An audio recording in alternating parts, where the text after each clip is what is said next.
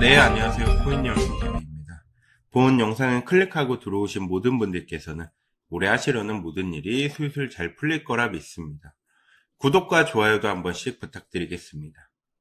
오늘은 암호화폐 2인자인 이더리움의 최신 이슈에 대해 영상 시작하겠습니다. 이더리움은 지난 5월 초 대비 마이너스 50% 이상 하락을 했습니다.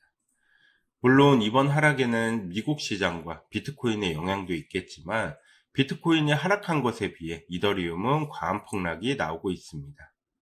이더리움이 폭락하고 있는 이유는 바로 ST 이더리움이라는 이더리움 담보물의 강제 청산이 이루어지고 있는 게 가장 큰 이유라고 볼 수 있습니다. ST 이더리움이 무엇인지 간단하게 말씀드리자면 리도라는 회사가 발행한 코인으로 이더리움과 1대1로 교환할 수 있는 코인이라고 생각하시면 되는데요. 리도는 이더리움을 맡기면 4%의 이자를 줍니다. 이더리움은 대규모 체인 업데이트를 앞두고 이더리움 예치를 받고 있었는데 지분증명으로 전환하면서 검증자가 필요했고 그러려면 최소 32 이더리움을 예치해야 합니다. 그런데 32 이더리움이면 액수가 엄청 크잖아요. 그렇기 때문에 이자를 받고 싶지만 32 이더리움이 없는 소액 투자자들을 위해 중간에서 돈을 모아 대신 예치해주는 중개 플랫폼이 리도라고 보시면 됩니다.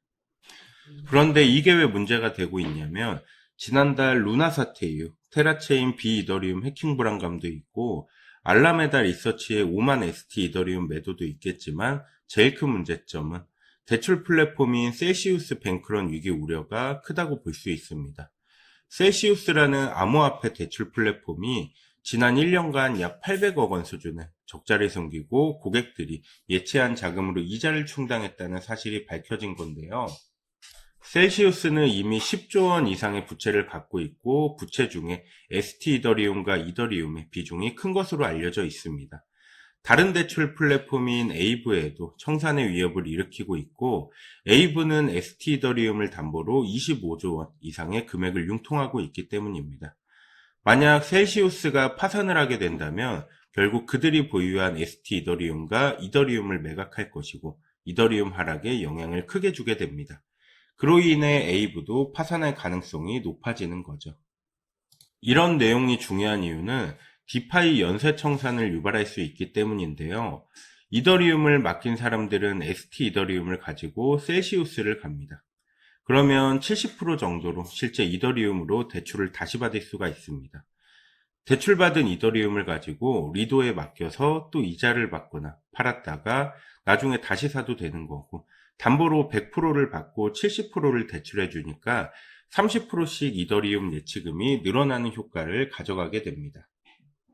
이더리움과 ST 이더리움 비율은 1대1 패깅인데 패깅이 깨지게 되면 사람들이 두려워하고 신뢰하지 못해 뱅크런이 발생해서 무너지게 되는데 여기서도 패깅이 깨지는 현상이 발생합니다. ST 이더리움을 신뢰하지 못하는 사람들이 있을 수 있겠죠. 그런 고래가 5만 개의 ST 이더리움을 팔아버립니다. FTX는 ST 이더리움 가격 하락 부담에 손실을 감수하고 5만 ST 이더리움을 이더리움으로 대규모 청산을 시켜버립니다. 그러면서 이더리움과 ST 이더리움 1대1 패깅이 깨져버렸고 당연히 ST 이더리움 가격이 하락하는 거겠죠. 그러면 그동안 셀시우스에 맡겼던 담보 가치가 하락하게 되는 겁니다. 담보 가치가 하락하니까 대출을 일부 상환하면서 비율을 맞추던가 더 많은 ST 이더리움을 가져다 줘야 되는데 그렇게 되면 밸런스가 붕괴하기 시작하겠죠. 그러면서 셀시우스가 청산 물량이 나오게 되는 겁니다.